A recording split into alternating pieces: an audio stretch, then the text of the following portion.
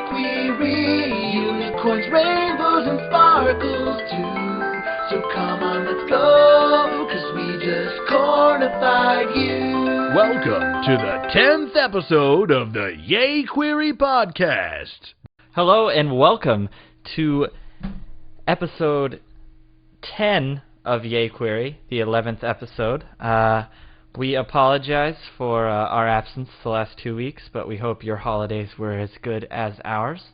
And we wanted to go ahead and thank our sponsors, TinyCDN and Devotee, and jump right into some jQuery news, which is going to be given to you by Paul. Hell yes, it is.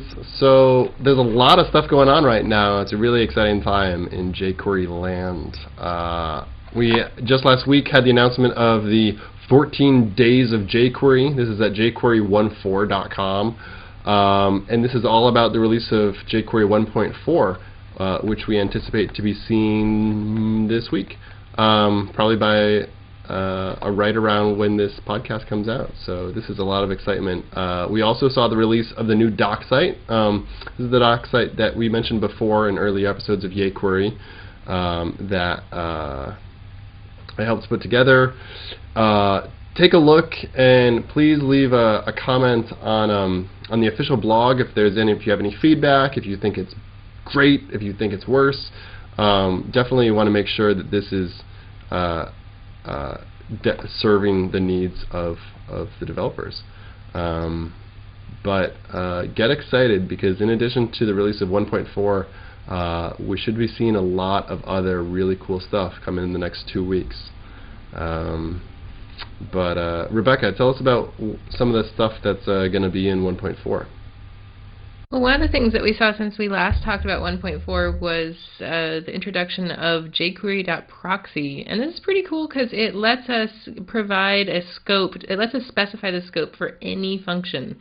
We talked previously about how we were going to be able to specify the scope for a callback that was provided to bind, but now we're going to be able to specify the scope for any function, so a function that we provide to each, or a function that we provide to pretty much any method that will accept a function. We're going to be able to specify the scope that we want it to run in, so we'll have some control over what the keyword this means inside of the function. And we'll do that just by saying, jQuery.proxy will pass the function, and then we'll pass the this object that we want the scope to run into, that we want the function to run in. So this is pretty exciting and addresses some concerns that Pete Higgins brought up during our yayQuery episode, and pretty excited to see this. Yeah, I'm super pumped that this ended up happening. Are we going to see the same API for bind, or is everything going to be moving over to just use .proxy, and that's how we deal with scope in jQuery going forward? That's how we can expect to use it? I knew the answer to this until right when you asked me, Adam. I think that bind is going to stay the way that it was, and then this is going to be available in addition to, bind is going to stay the way that we talked about it being. So we'll be able to provide a scope function to bind still, like we talked about previously. But in addition to that, we'll be able to use this jQuery.proxy. I'm wrong. Adam, since you, it was very kind of you to ask that rhetorically, but since you already know the answer, why don't you share? Oh yeah, I know that we in fact are going. There's not going to be a scope object. Is there not? I thought there was still. No, because there's no need to now. It's just kind of like use proxy. And that's going to be consistent. I think that it makes more sense than having a scope argument to bind as well as proxy, because then the permutations also start to get really weird. Gets hairy. What if you use both? I think it should be consistent for events and Ajax, and just being able to set up a function as a proxy. I just thought that it wasn't going to be, and I'm all wrong. That's okay. It's okay. One of the other things that we brought up before on yayQuery podcast was JSON parsing, and so we mentioned that this might be something that bites people because if your JSON isn't formatted with keys, in double quotes. The native JSON that's in browsers, which jQuery 1.4 now uses, is going to barf all over it. And John Resig addressed this and put in this really cool catch for it, this little try-catch thing that kind of tries to handle it gracefully. But it's now a little bit more aggressive in telling you that you fucked up and your JSON's not good enough. So, but if my JSON's not good enough, I should just have jQuery work. It's not fair that they're just going to make it break and I have to go change my JSON if I want to use the fancy new jQuery. This is bullshit. Listen, okay? If you see, this is the thing. I was going to say you should be writing your JSON the right way, but I think you shouldn't be writing your JSON the right way. Things should be writing JSON the right way for you, you know? There you go. Oh. So if you need JSON, you should be using some server-side something to output properly formatted JSON. I mean, you can do it everywhere in anything. So that's the correct way to go about it. In 1.4, you'll get the speed boost if you have a native JSON, if your user has native JSON, and if not, it kind of does the old method, but has this really nice sanitization stuff that was pulled over from JSON2.js by Crockford. So it's all sorts of sexy these days, basically. That's an official jQuery recommend. Oh, go. What were you going to say?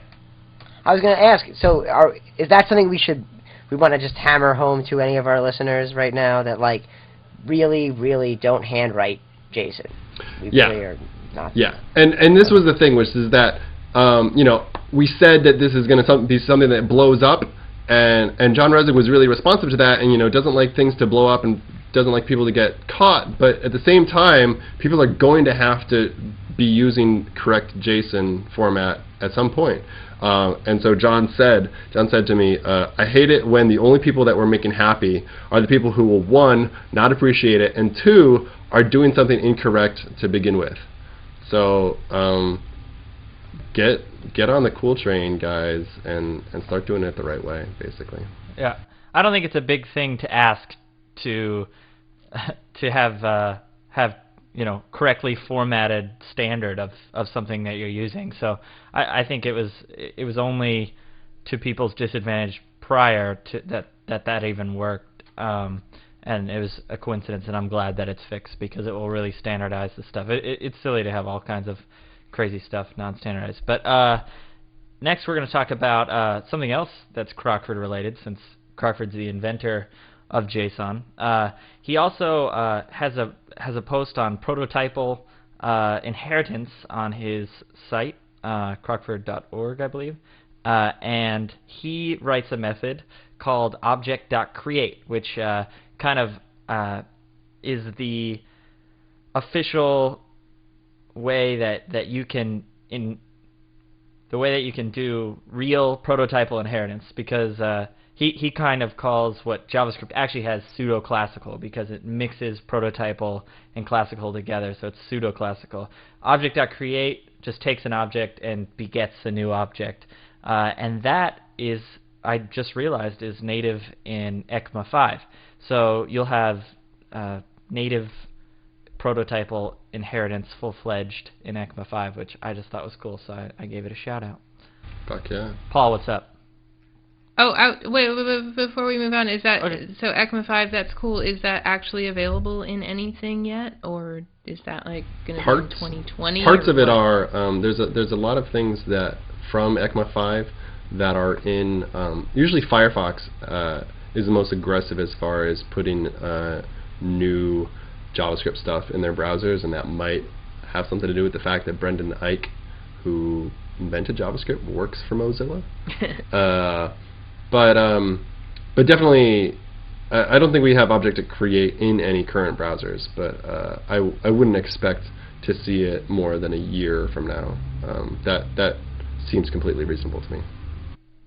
Right. It actually, though, if you go to his site, it's like a 5-line piece of code. It's a 3-line to actually make this function in code, and so it actually, the first line is if object.create already exists, don't do anything. And if it doesn't, then build it. So it'd be really good to have this in your code, just like JSON 2 from Crockford will use the native JSON if it's there, and there. won't if it doesn't. So it's great. It's great either way. Yeah. I want to touch on one more piece from jQuery 1.4 that's really badass. Did we mention this before, guys? I believe so. We talked about it a little bit. Okay. So we brought this up where in 1.4 you can pass a function to all sorts of methods that are used as setters, basically. So like the text method, HTML method, CSS. Actually, CSS and outer ATTR already supported this, but there's all the other setter methods.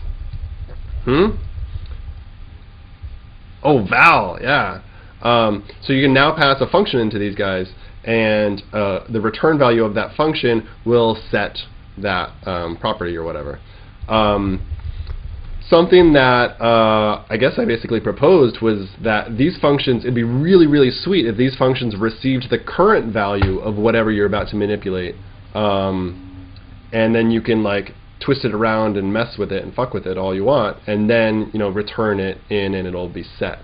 So other than that, this functionality is basically just a shortcut to using the each method. But now is this really cool handiness. So like you can take the current value in, manipulate it, and then just return that, and you're off to the races. It's pretty badass, I think. And I'm going to say the same thing that I said last time. It's really awesome that we can pass functions to these methods now, but I just don't like that we're like wow. I know I'm the naysayer here, but I really don't like that we're presuming to know what somebody wants to do with these functions that they're passing to these methods and going through the extra work. Rebecca, I think you have to the first time that you do this, that you pass a function into the setter method, you'll realize that this is exactly like your primary use case. Is you're going to be wanting the current value. But I can get it just so by saying like just wait. I can you're just going do to see. $this You're going to see I'm right, or whatever but I'll just. inside of it. That's fine. Anyway. I had to jump in. I think last time you pointed out, what if you didn't need the value but you still wanted to set something else? I think there is no benefit to using these special methods with functions over each if you're not going to take in that value. There's zero. And then with the old way, it was actually just exactly a shortcut for each. It would literally be and then it would take the return value. So you could actually do, instead of doing an each, you could do, say, a CSS, and that would loop through all your elements, and then it would be actually smaller and minified So you're better. saying that if I don't want this magic, then I don't need it, and I just use each. And okay, fair enough. Yep. All right. Adam, you've got some UI news. Another thing that's fair enough is jQuery UI 1.8 Alpha 2 release, which is the most current release of jQuery UI. I'm pretty sure they're getting close to Alpha 3, actually. But the Alpha 2 came out during our hiatus. There's a bunch of new things in it. Primarily, though, like interaction-y type of plugins. You got the Stack Fix plugin, which is essentially like an iframe style wrapper, like BG iframe. There's a position plugin, which is, we talked about it before, just used to position elements relative to other elements. And then there's the Z-index plugin, which is used to determine the element's position in the stack. Also nifty is that class animations, class transitions have been like bug tested and are said to now work cross-browser. So if you're wanting to do animations between classes, you can now do those and expect them to work. And if you weren't using classes to do your animations, you can maybe start to do that instead of dealing with lots and lots of inline styles. Though I know that one of our pet peeves on this show is that there isn't quite yet an autocomplete in jQuery UI yet. But I know that Scott Gonzalez spent a lot of time today in a Panera Bread shop. Panera Bread. With a flask. Drinking heavily, apparently, in a dojo shirt, working on jQuery UI autocomplete. So, I do not know I believe whether there were this has 9 commits today. 9 commits. But didn't he say like 20? I thought he said 24 or something like that, wasn't it? I thought I it heard was some. 9. I don't know. It was a crazy number. So, we really just wanted to give a shout out to that style of coding, and anyone who does anything in a Panera Bread shop, like play WoW. Did we have? I don't know if we had any more fun jQuery UI news, though. I think we were still waiting on a final of jQuery UI, and there is one more thing, which is that the widget factory is now out on its own as a distinct component. So if you want to just pull in the widget factory and use it as a base class for your widgets, instead of needing to get the UI core, you can just pull the widget factory and start experimenting with that on your own. Yeah. Funness. So, I'll touch on this really briefly, and then we'll get into things that are awesome. I'll touch on this really briefly. There's a new page on the documentation wiki, the old documentation site essentially, and that's the jQuery 1.5 roadmap. So this is the stuff that the jQuery team is basically punting on for now, the things that are not going to go into 1.4.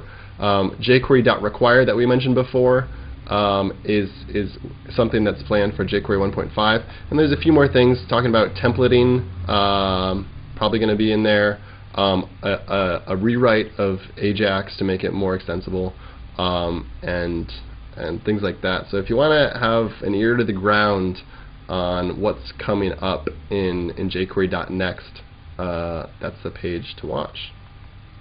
Oh, that was hilarious. Good joke about jQuery.next, Paul. Just wanted to say that. I caught it. What's the joke? Yeah.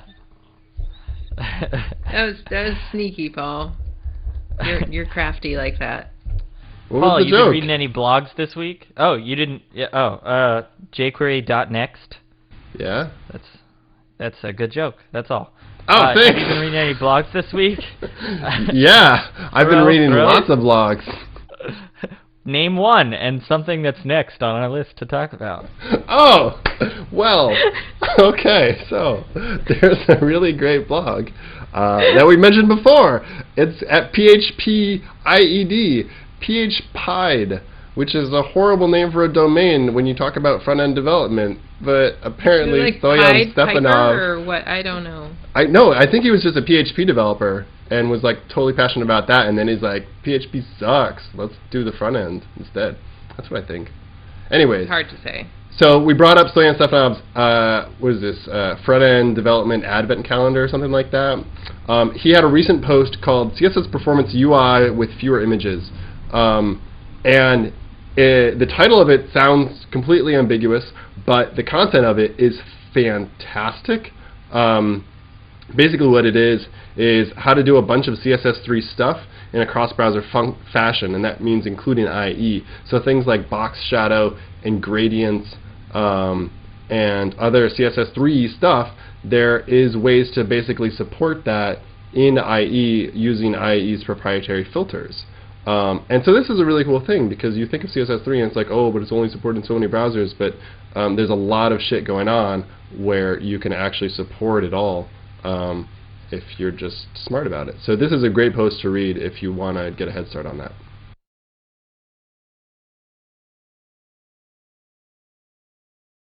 I think there's a really salient point in this post where he says, forget rounded corners in browsers that don't support border radius. Yes.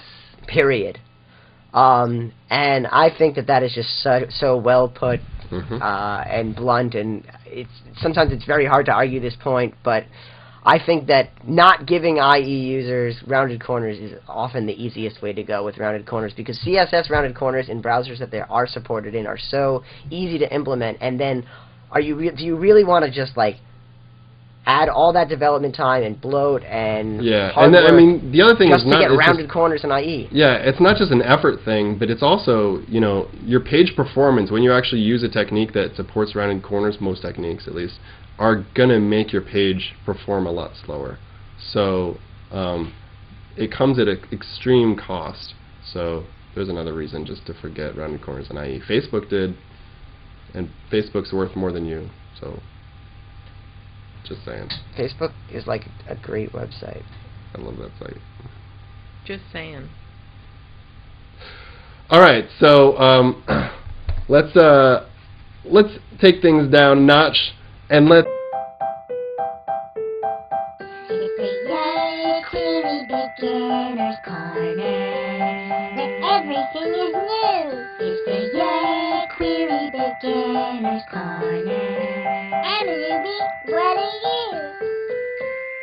Okay, so this week's Beginner's Corner is the fact that you can pass more than one event to bind. So often we'll have people asking in the jQuery channel if there's a way that they can bind to more than one event at a time. And what do you know, there is. And it's really easy. You just pass a space-separated list of events to the bind method. So you say bind, key press, space change, space blur, and then you pass the function that you want to bind to all of those events at once. This is really useful with checkboxes, for example, when you want to watch a bunch of events on the checkboxes.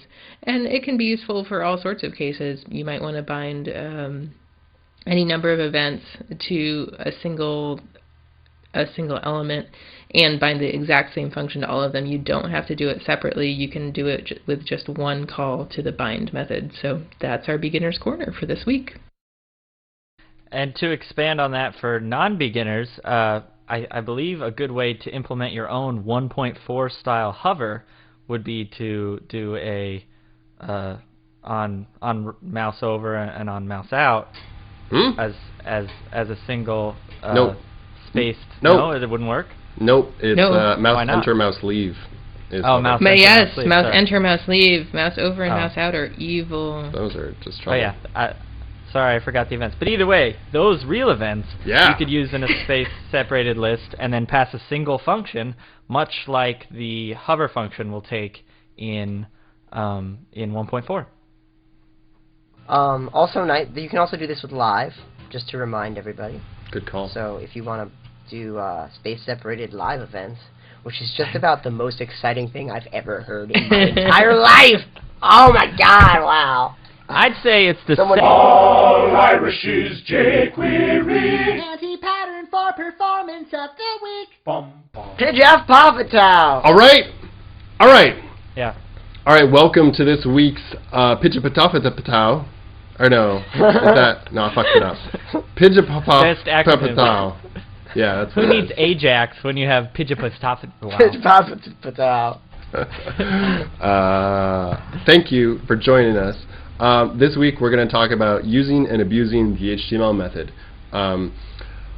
This is something that we see a lot in people's code. And I think the problem is basically passing things into the HTML method when you're using it as a setter, things that you shouldn't be passing. You shouldn't be passing in elements to it. Basically imagine the HTML method as a nice little happy wrapper for inner HTML. In actuality, it's a lot more than that. But just imagine it, because it's better that way. And pass it strings that will be set as the inner HTML. Passing it elements is troublesome. The other thing that we've seen is people checking to see if there are child elements on an element by basically grabbing the HTML method as a getter and then checking the length. So you're basically checking the length of the string that returns, which is odd, to say the least. If there's a white space, God forbid, it will think that there's child elements, I guess. So that's a bad idea. Of course, you should just be using the children method and dot length after that, and all will be well. The other thing to say is moving things around with the HTML method, you're losing event handlers because it's stringifying and then elementifying whatever you're passing, and you lose any event handlers. Although it may look the same, it won't work the same, and it's basically killing kittens. Specifically on that, you also can't do a dot remove and then have the return, because the return value of a dot remove is that element, but it also kills the event handler. You have to just do a straight append to or something like that, and then it'll keep your event handlers. Oh, really? Dot remove kills all event handlers? Yeah, dot remove. That's burned me before. So wow. Yeah. However, I wouldn't think that, because I think you would just be able to remove it from the DOM, like the other thing, remove it from the DOM, manipulate it, and put it back. But you're saying that kills it. That's what I'll in verify, 1.4 you can. Sure. Wow. In 1.4, you're going to be able to use detach. There's a new detach method in 1.4. And that's going to let you remove an element from the DOM without destroying its event handlers and data cache. What I am unclear about... You're just so what? No, it's all you. Okay. See, I don't think that using HTML, if you pass it an element, is necessarily bad. I think that the problem that I see more is where people take an element, call HTML on it to get its HTML as a string, and then pass that into the HTML setter method on some other element. Because if you pass an element or a jQuery object to HTML, it's just going to move that. It's going to move the physical elements around.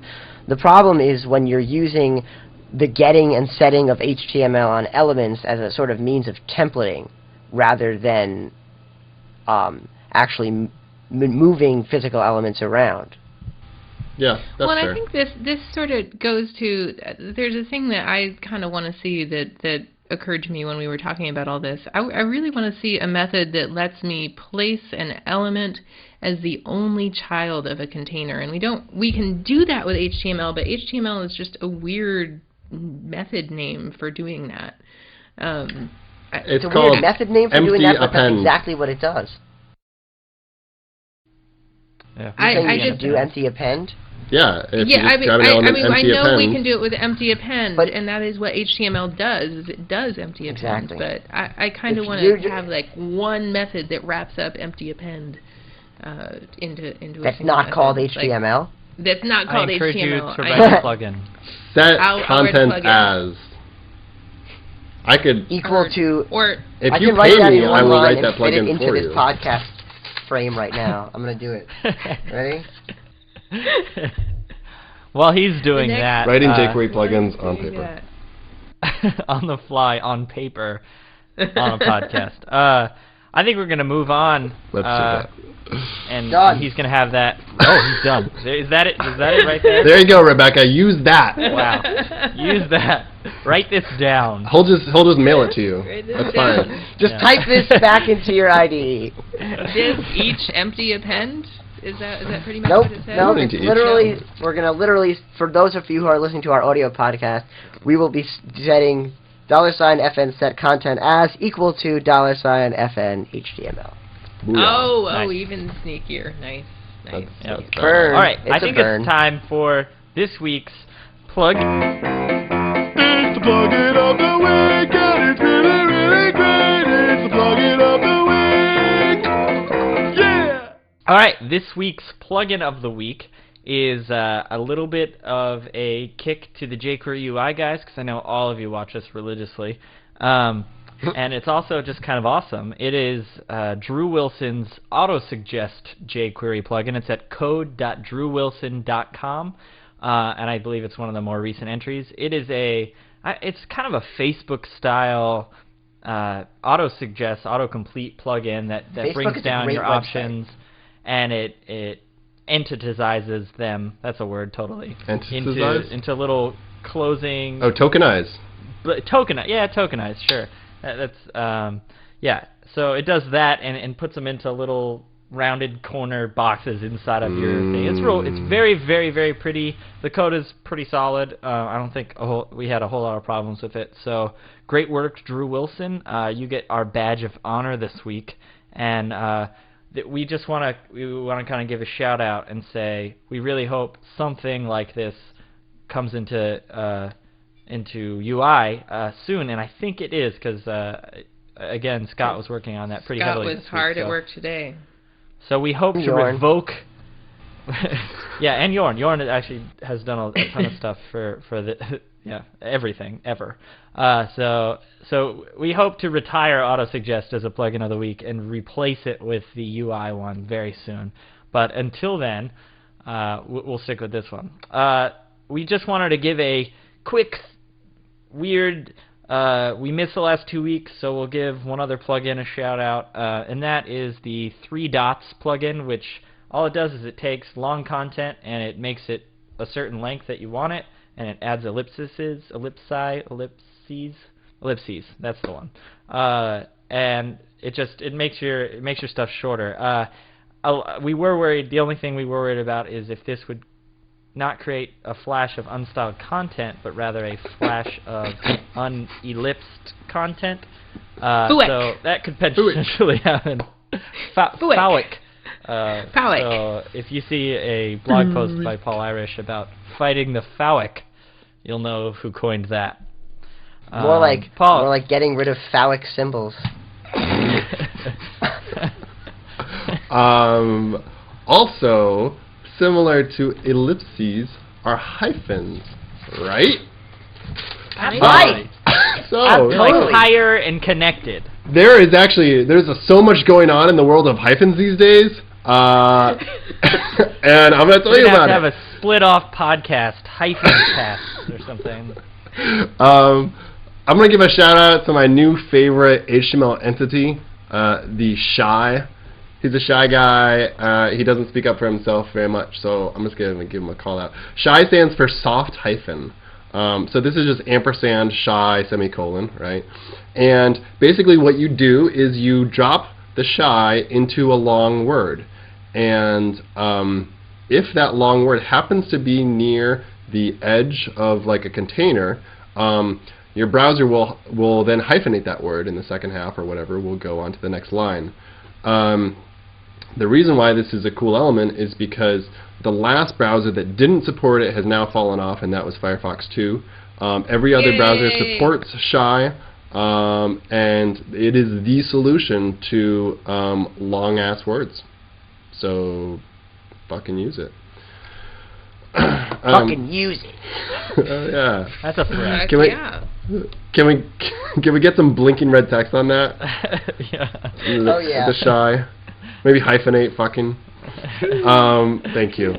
So, also in presentation land, I wanted to ask you guys. This seems to be a common thing, but I don't know. CSS reset. Do you guys use a CSS reset? And if so, What's a CSS reset? Hell yeah. Thanks for the rhetorical question, Adam. Oh no, I was just answering. That was the choice that I selected on the CSS tricks. Oh, right, yeah. So what's a CSStricks.com, which is honestly like a really, pretty decent content, and like the four of us oftentimes flame blog posts that have shitty advice, but CSS Tricks And is really encourage solid. you to do the same. Yeah. But so there was a poll, and they basically asked, what CSS reset do you use? And 24% of respondents said, what's a CSS reset? I want to cut you off there, and I just want to point out that this was posted on 3/6/2008. So while it wasn't that long ago, that was kind of a long time ago. But so maybe those numbers are different now. Hopefully. Hopefully. I hope so. Hopefully. So, what do you guys use? We'll go with it. I personally use the CSS reset from Blueprint, which I believe they just kind of grabbed from what's that guy's name? Eric Meyer. Eric Meyer. Yes, I think Oh, they grabbed you still his. can't But remember. actually, I never remember that guy's. I'm sorry, Eric Meyer. I love your reset, but I can't remember your name.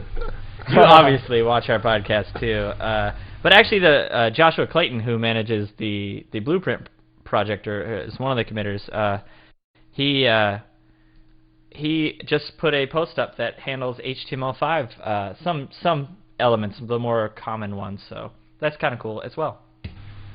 Yeah, the other primary one, I used to use the YUI reset, which has a different approach to the Eric Meyer one, and the differences are detailed in this really great talk about CSS frameworks that was given I forget, but we'll link to it. God damn it. But there's also the CSS reset on HTML5doctor.com, and it basically is at this point pretty similar to Blueprint, in which it's based off of Eric Meyer's. It does display block on all the brand new HTML5 elements that need display block. And that's the one that I rock. Yeah, and I'm purely Eric Meyer, and now I'm gonna have to go check out this HTML Doctor thing. If someone, Adam, if someone said that they intentionally, deliberately do not use a CSS reset, what would you say to them? I would say to them the same witty thing that I said to them before that I can't remember now.